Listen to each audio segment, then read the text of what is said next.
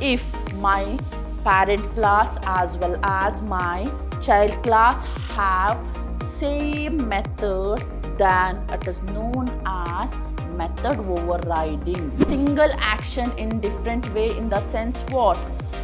One action and that is carried out by the different ways.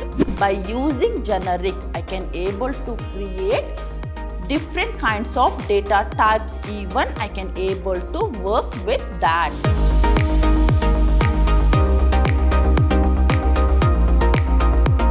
Hello to all, a warm welcome to my new session on inheritance and polymorphism. I'm your Revati ma'am, faculty from the Department of Computer Science, Vidhyaashram, First Grade College, Temple of Excellence, MYSURU. So dear student, once again I'm going to deal with what is polymorphism and how to achieve polymorphism in Java programming language. Before going to start my today's session, let me to recall the topic what I have discussed in my last session. So dear student, in my last session, I started with inheritance. So what is inheritance? That is nothing but the inheriting capacity. In the sense, it's nothing but the reusability. So dear student, instead of writing same code again, what I can do, I can able to make use of existing class in my new class. Along with that, I have discussed terms used in inheritance. There's nothing but the what is superclass and what is subclass.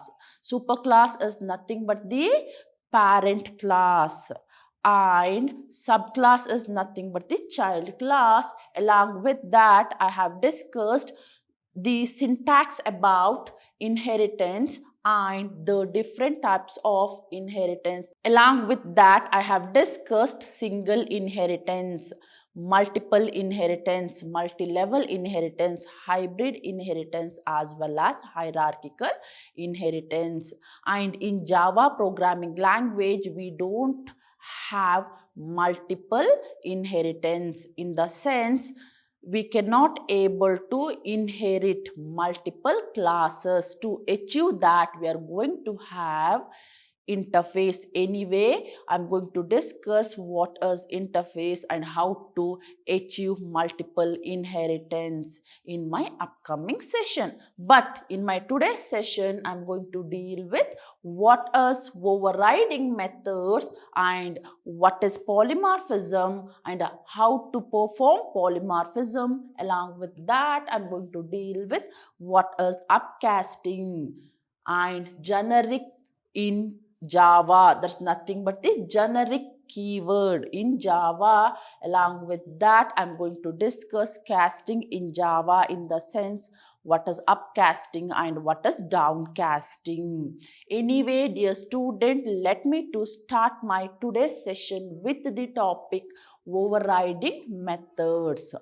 So what is overriding? So dear student, if I consider parent class and child class, think that I have a class called A. Okay, now I have a class called B and I'm going to inherit class A. And in my class A, I have the method called run. And in my child class also, I have the method called run, and both the methods will have same signature. So same signature in the sense what? Same method name along with the parameter. So that is together known as method signature. If my parent class as well as my child class have same method, then it is known as method overriding. In the sense, this particular method is overridden by the subclass. So dear student, if subclass, that's nothing but the child class, has the same method as declared in the parent class.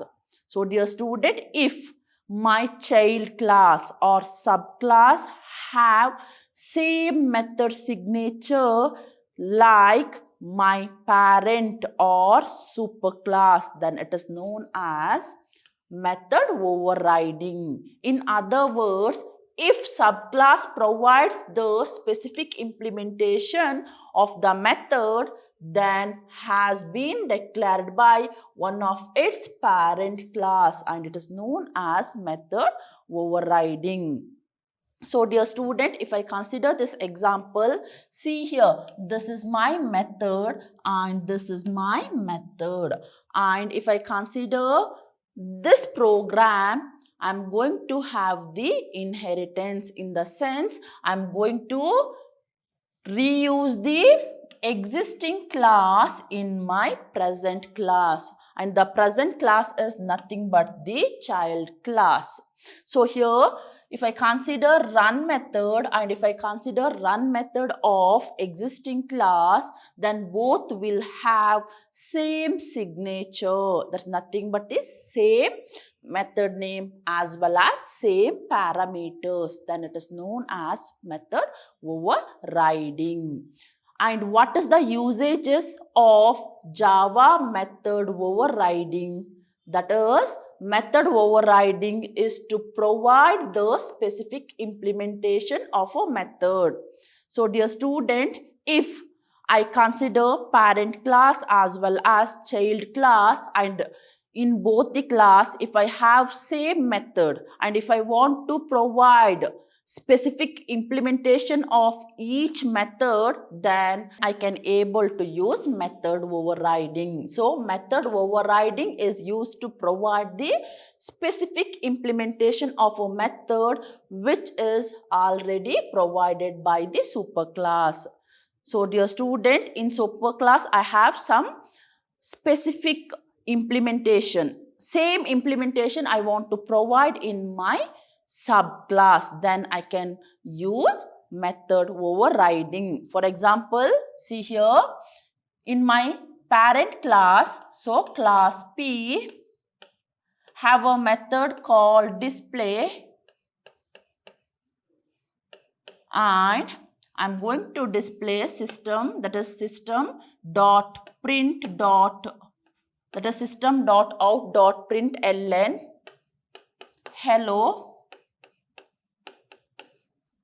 and I'm going to implement this one in my child class. So class C extends P, and once again think that I have the display method and I want to print, that is system dot out dot println, then once again it is hello.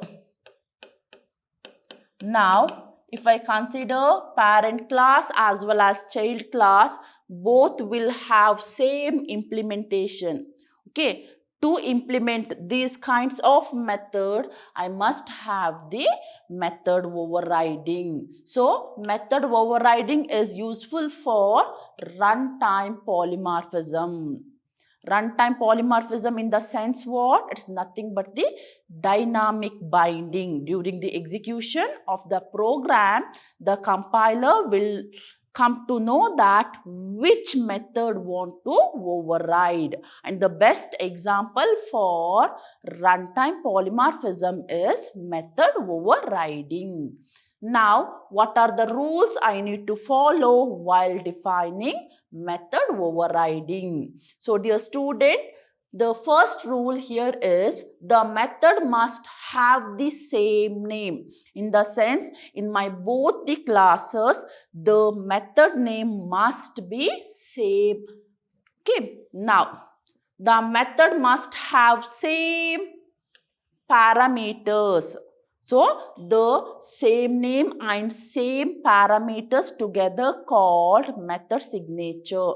For example, think that I have a display function in my parent class and it is going to take one variable, say int x, and think that I have a method called display in my child class, and it's going to take single parameter. And see here, in both the classes I have same function or same method with same signature. Okay, and this is known as overriding, and there must be a relationship. So is a relationship in the sense what? There must be a inheritance, or there must be a parent and child relationship. Now dear student, I'm going to have a simple program here. See here, I have a method called mover overload. Then see here, inside this I have a method called run, and I'm going to have the child class called mover load 1, and I'm going to inherit the existing class property. In the sense, I'm going to inherit the parent class features in my child class. See here, once again I have same run method, and the implementation of both the run methods are same. Now see here, I have a main method, and see here, I'm going to create the object for this child class. So I'm going to create the object for the child class, and with the help of object, I'm going to call the run method. Now the method which is present in the parent class is overridden by the child class, and what is the output I'm going to get? I'm going to get the output subclass. This is the way I can able to override the methods. Now dear student, I'm going to have another very important concept, that is polymorphism. Poly in the sense what? Many. And what about morphism? It is nothing but the many form, and this is nothing but the Greek word. So dear student, polymorphism in Java is a concept by which we can perform a single action in different way. So single action in different way in the sense what? One action, and that is carried out by the different ways. So here polymorphism is derived from two Greek words. One is poly and another one is morphism. Poly in the sense what? Many. And what about morphism? That's nothing but the forms. So polymorphism means many forms. There are two types of polymorphism. One is compile time polymorphism, and another one is runtime polymorphism. The compile time polymorphism is known as static polymorphism. Static polymorphism, and runtime polymorphism is known as dynamic polymorphism, and the best example is method overriding. And for compile time polymorphism, that is method overloading. That's nothing but the polymorphism. Okay, so polymorphism is nothing but the method overloading. That is the best example for compile time. In the sense, compiler is coming to know during the compilation time that what are the methods I want to overload and what are the parameters each method is going to have. And if I consider runtime, in the sense, during the execution of the program, the compiler is going to know that which method want to override. For that reason, it is called runtime or dynamic polymorphism. So, dear student, I'm going to have the compile time polymorphism. So, it is also known as static polymorphism. This type of polymorphism is achieved by function overloading or operator overloading. So, what is function overloading? I have a function called A, and each time I'm going to overload these functions with different data types and number of arguments and with the return type. So example for compile time polymorphism is nothing but the operator overloading and function overloading or method overloading. And if I consider dynamic or runtime polymorphism, then the best example is method overriding. Now dear student, I am going to have this simple program here. So dear student, see here I have a function called multiply and it's going to take two arguments and it's of type integer. Now if I consider another method called multiply and see the type of the data is different, that is double, and how many parameters? Two parameters. And this is known as method overloading or polymorphism or function overloading. So dear student, here the same function I am going to overload many times with different parameters, with different parameter type. For example, think that I am the person who is going to handle different subject. Subject name is varies, but person remains same. Similarly, here function remains same, but parameter and the type of the parameter is going to change and it is known as polymorphism or function overloading. And see here, I have a class called polymer 1 and inside that I'm going to have a main function. And see here, I'm going to call the method with the help of class name. So dear student, with the help of object also I can able to call. First what I want to do, I want to create a object of the type polymer. With the help of object I can able to call the method. But here what I did, I used class name dot and I'm going to have the function name, and here I have 2, 4 and here I have 5.5 and 6.3. Now the question arises how the compiler is going to execute method overloading. So dear student, during the execution of the program, what the compiler will do? First, it's going to check the function name. And if I have same function name more than 2 times, then what the compiler will do? It's going to check the parameters, and if I have same parameters in my both function, then what the compiler will do? It's going to check the return type. Based on that, the compiler is going to differentiate which method want to call. So here I have 2, 4. So compiler is going to pass 2, 4 to multiple, that is multiply int a and int b. Now second time compiler is going to execute second method. Now it is 5.5 and 6.3. After the execution of this program, I am going to get the answer 8 and 34.65. Now, dear student, I am going to have another type of polymorphism, that is runtime polymorphism, and it's also known by dynamic method dispatch. It is a process in which a call to an overridden method is resolved at runtime rather than compile time.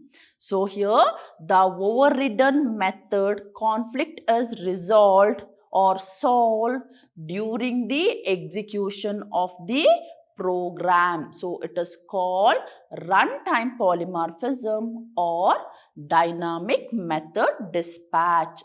And overriding method is the best example for runtime polymorphism. The determination of the method to be called is based on the object being referenced by the reference variable. So dear student, how I am going to create the object and for which class I am going to create the object, and with the help of object which method is I am going to call. Based on that, the runtime polymorphism is going to execute. Now dear student, I have a concept called upcasting and downcasting.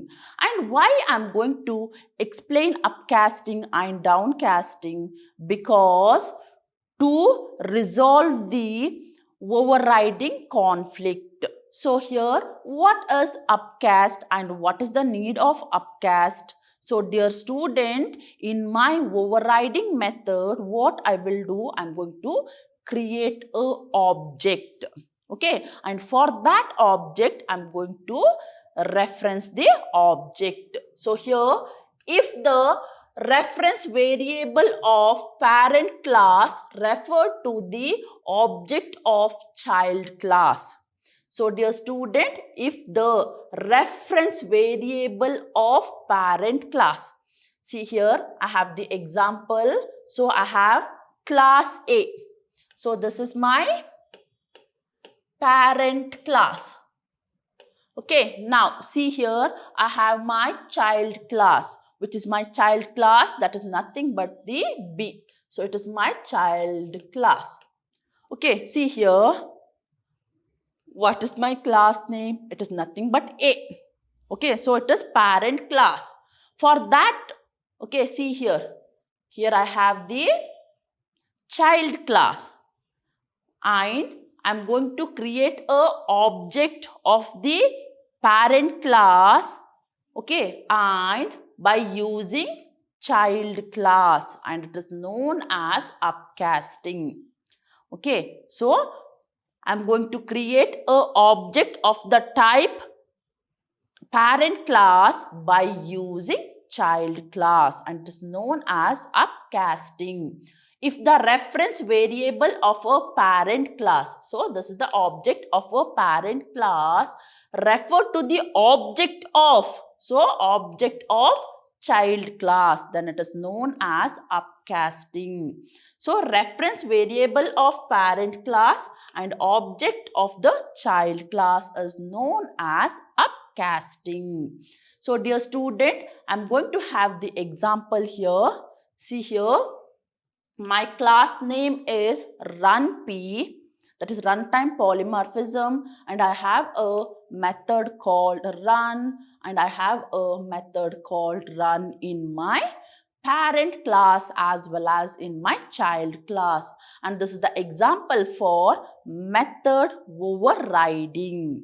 And if I consider both the method is going to have the same method signature.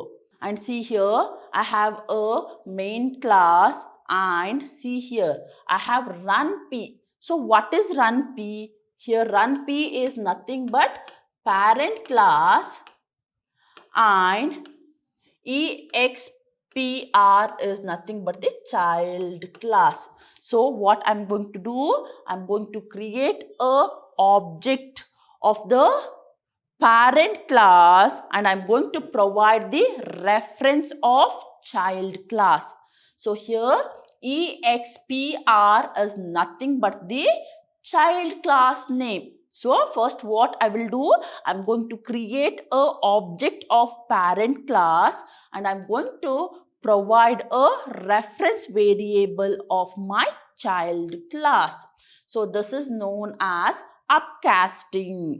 And it's known as what? Upcasting. By using this, I'm going to call run method. Okay, now what is the output I'm going to get? So I'm going to get the output inside the subclass. So it is nothing but the example for upcasting. Anyway, dear student, I'm going to have another very interesting concept, generic in Java. So generic is what? It's a keyword and it is used to define parameterized type. Okay, parameters are what? It's nothing but the arguments, and if I want to define the argument type, then I'm going to use the keyword generic. The idea is to allow type. Okay, so what are the type? I have integer, string. Okay, these are the example for fundamental data types. Along with that, I can have user defined data type to parameters to the methods. So dear student, think that I have a method called run. And what are the parameters I can able to pass here? All my primitive data types. Along with that, user defined data types, that is nothing but, okay, user can have the data types like class, structure, enumeration, etc. So here, to be a parameters to the method or class and the interface. By using generic, it is possible to create a class that works with different data types. So dear student, if I want to create parameterized types, then I'm going to use generic. By using generic, I can able to create different kinds of data types. Even I can able to work with that. An entity such as class, interface or method that operates on parameterized type is called generic entity. So here a entity in the sense what? Class, interface, method that is capable to work on parameterized type, then it is known as generic entity. And the object of the superclass of all the other classes and object reference can refer to any object. And this feature provides lack type safety. Okay, so it provides data safety as well as lack type safety, and we can have different types of generics, that is generic method and generic class, and it is mainly used to have parameterized type. So dear student, from the examination point of view, this topic is very important. You can expect this question for 2 marks. Now, dear student, I'm going to have casting in Java. So what is casting and why I want casting? So casting in the sense what? I want to convert one data type to another. That is known as typecasting. So typecasting is the assessment of the values of one primitive type to another. In Java, there are 2 types of typecasting, that is upcasting as well as downcasting. And if I consider Java, I can able to convert one object type to another object type, and it is known as casting in Java. So conversion of one object type to another object type is known as typecasting. To convert one object to another object type, I have upcasting and I have downcasting. Let's see what is upcasting. So upcasting is a casting of a subtype. So what is subtype? That is nothing but the subclass or child class to a superclass type.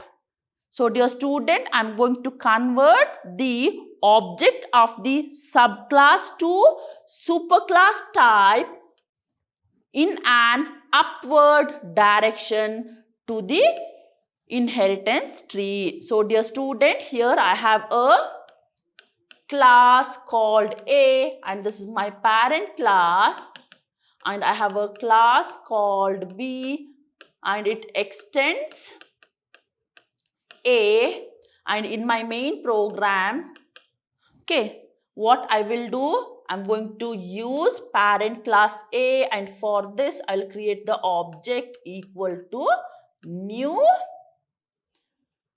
B. So what is B here? That's nothing but the child class, and this kind of reference is known as upcasting. Okay, see here, I have a parent class P, and for that I have a child class. Okay, this is known as upcasting. So suppose if I write reverse, that is child class object, and if I use parent class, then what's going to happen? The compiler is going to generate error. So here, how can I convert? First, what I want to do, I want to create a object of the parent class, okay, with the help of child class. Now I can able to convert the object of parent class to child class. Then it is known as upcasting. See here, upcasting, and I have the downcasting. So what is upcasting? It is the process of converting or casting a subclass to a superclass type in an upward direction is known as upcasting. Then what about downcasting? So it is the process of converting. See here, downcasting refers to the procedure when subclass type. So when subclass type reference to the object of parent class. So when subclass type object reference to the object of the parent class, then it is known as downcasting. So here first what I will do, for the parent class I'm going to have the object, and to create the object I'm going to have the child class. And if I write child class P equal to new parent, then it generates error. So what I want to do, first I want to create a object of the parent class by using child class, and for child C equal to child P, and this is known as downcasting. If it is performed directly, then what's going to happen? Compiler is going to throw an error, and what kind of error? That is class cast exception. That is nothing but the class object type exception, conversion type exception. So these are the certain topic I have discussed in my today's session. So what are the topic I discussed? I started with what is overriding. Then I started with what is polymorphism. What are the two type of polymorphism? That is compile time as well as runtime. Along with that, I have discussed what is typecasting, and here I discussed typecasting with respect to object, that is upcasting as well as downcasting. Anyway, dear student, let's meet in the next session with the new topic, that is abstract class in Java, abstract methods in Java, and interfaces in Java. How can I use interfaces in Java to achieve multiple inheritance? These are the certain topic I'm going to deal in my next session. Anyway, dear student, let's meet in the next session with the new topic, abstract. That is abstract keyword in Java. Along with that, I'm going to deal with how can I use abstract keyword to create methods as well as abstract data members. Anyway, dear student, let's meet in the next session with the new concept. Until that, keep watching and keep learning. Thank you.